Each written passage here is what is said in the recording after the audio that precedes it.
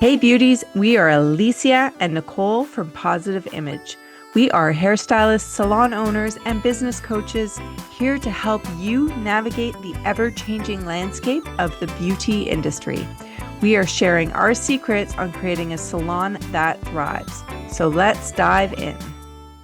Hey, Nicole, Hey Alicia. you did something really fun to kick off our podcast life before I even existed. Yes.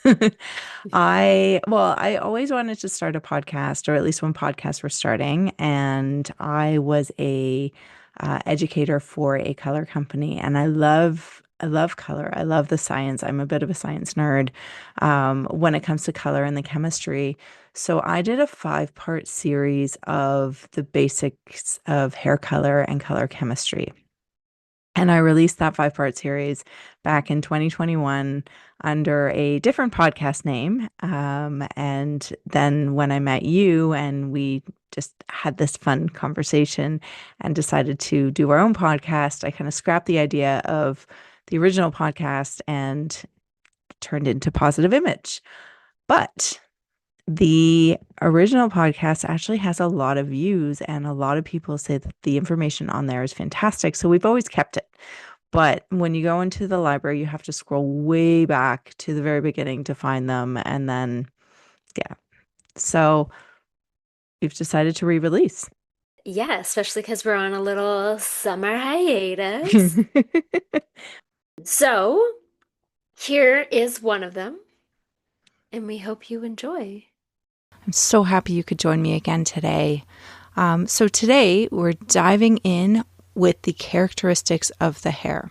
So essentially we're looking at why is it important? Why do we need to know it? And what are they? And really getting into the definition and a little bit more of a focus on the relationship of them to hair color. And I'll touch base with cutting as well. So as a hairstylist, I use these in my chair every single day with every single client.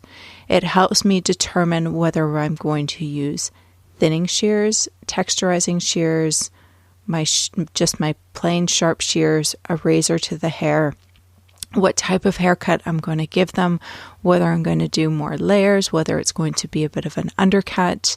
And then when it comes to color, this is really, really important after formulating because it helps me pick the developer. It helps me understand how their hair is going to lift and really helps take the guesswork out of formulation and gives you a nice base and a nice foundation to kind of start with. So the 5 characteristics of the hair is texture, porosity, tenacity, density, and elasticity. So we're going to kind of dive in deep with those 5 topics today. So we'll start with the first topic, which is texture. So the definition of texture is the size or the diameter of the hair shaft. Now that just means that whether it's if you have thick hair, if you have thin hair, if you kind of look at it in your hand, can you really feel it? Or does it just kind of like, yeah, it's there. So that gives us a sense of what their thick and thinness of the hair. So texture is comprised of 3 categories, which is essentially fine, medium, or coarse hair. Now, how this applies to hair color is that fine hair accepts color and it lightens much quicker than coarse hair. And coarse hair is generally more resistant to color surfaces. So what does that mean? When you look at a hair shaft under a microscope, what you'll be able to see is the cuticle cortex, which is what we were talking about in the last podcast. Now, with fine hair having a smaller cortex or room, there's not as much pigment within the hair. And so it's that pigment that's in the hair. Essentially, you don't have to lighten it, or you don't have as many to lighten. So it's going to accept it quicker. It's going to lighten a lot more quicker within the hair because you don't have as many. Where when you have a coarse hair, it's a fatter or a bigger strand, so you're going to have that much more pigments within the hair. So if you're doubling or tripling the amount of pigments that you have to play with, you're also going to have to really take your time with that color. It's not going to want to lighten as quickly as before.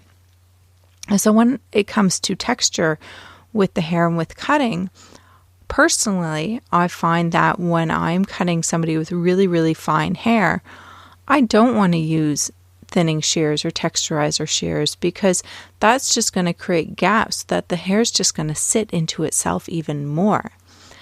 I prefer actually to use the razor properly, but I prefer to use the razor on the ends of the hair because it's going to give me a little bit more of a edgy look. It's going to help blend in any kind of harsh lines that potentially could be found within the hair, because fine hair is actually really difficult to cut because it really shows every single chop mark in the hair. And coarse hair, you can go in there with the thinning shears. It can be a little bit more forgiving when you are cutting the hair. So now we're going to move on to porosity. The definition of porosity is the ability of the hair to absorb and hold moisture and liquid. So when I'm thinking porosity, I'm always thinking of a sponge. A sponge is very, very porous. Something like a rock is not porous whatsoever. Although I'm sure some geologists will disagree with me.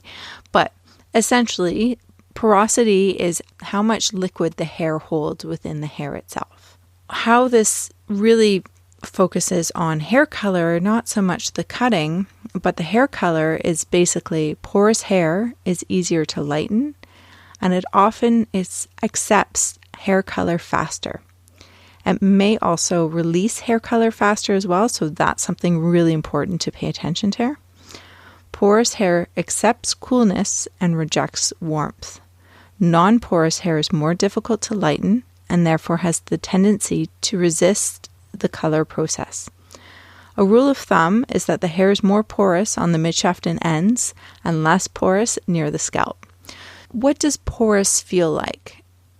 To me, when I have hair in my chair that's really, really porous, it almost feels like cotton that's been sitting in water. It's almost soft, sometimes a little bit slimy, and it just grips onto the water like there's no tomorrow.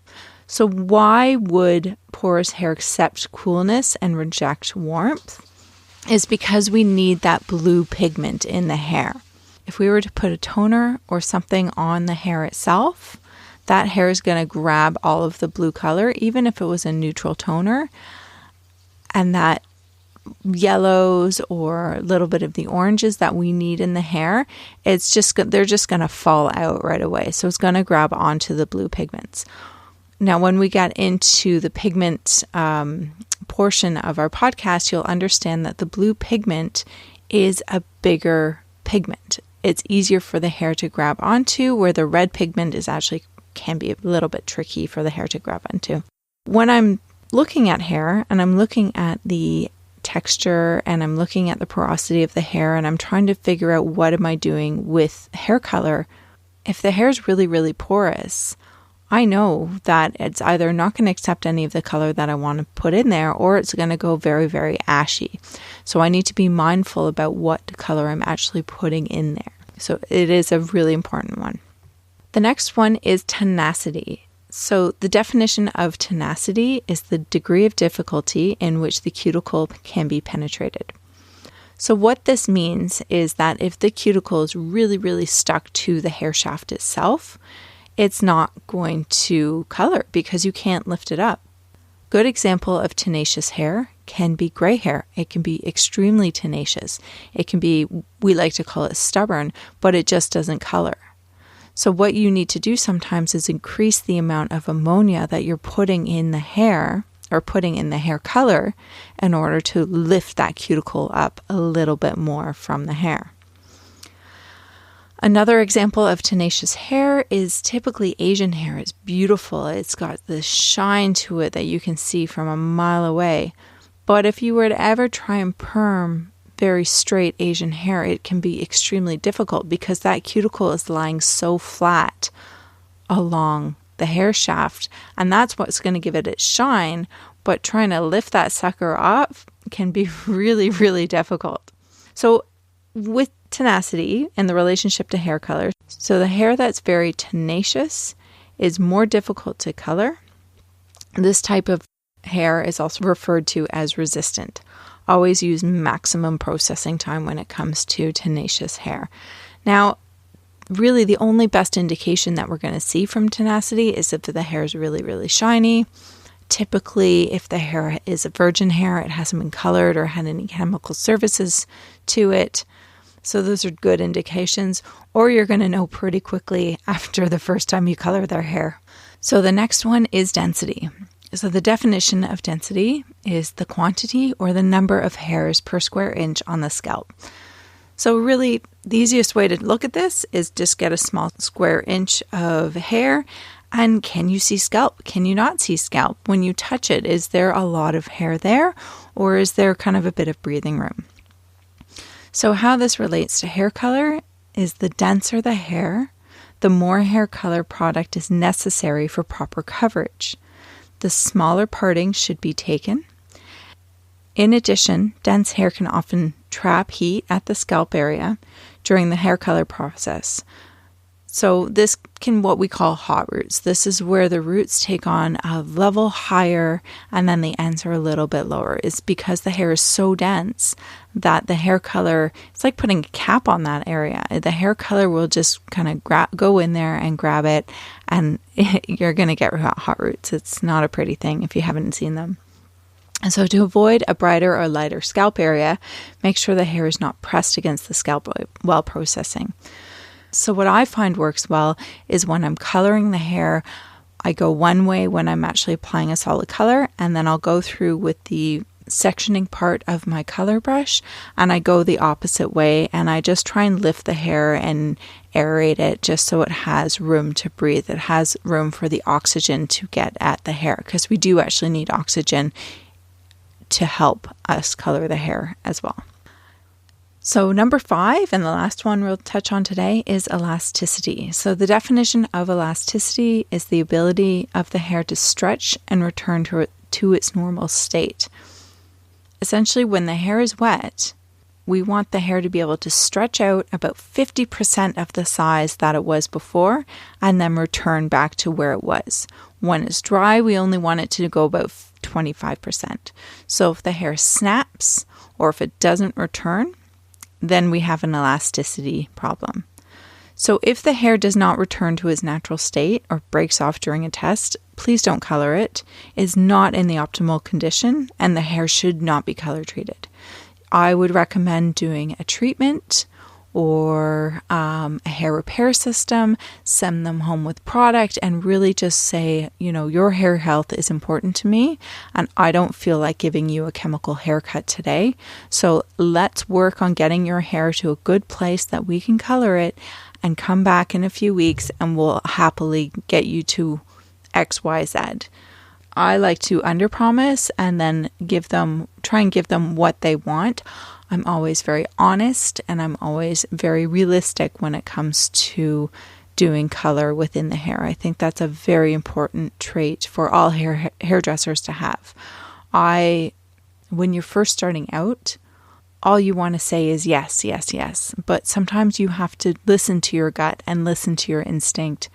And you have to say no. And if you can stand by the reasoning and if you can stand by why you're saying no and justify it as a salon owner, I will stand by you. It, to me, is such an important thing because that's your integrity. That is who you are. And they will go somewhere else if they're not happy with their no. And they will go to that person that will do it. And what you said will happen.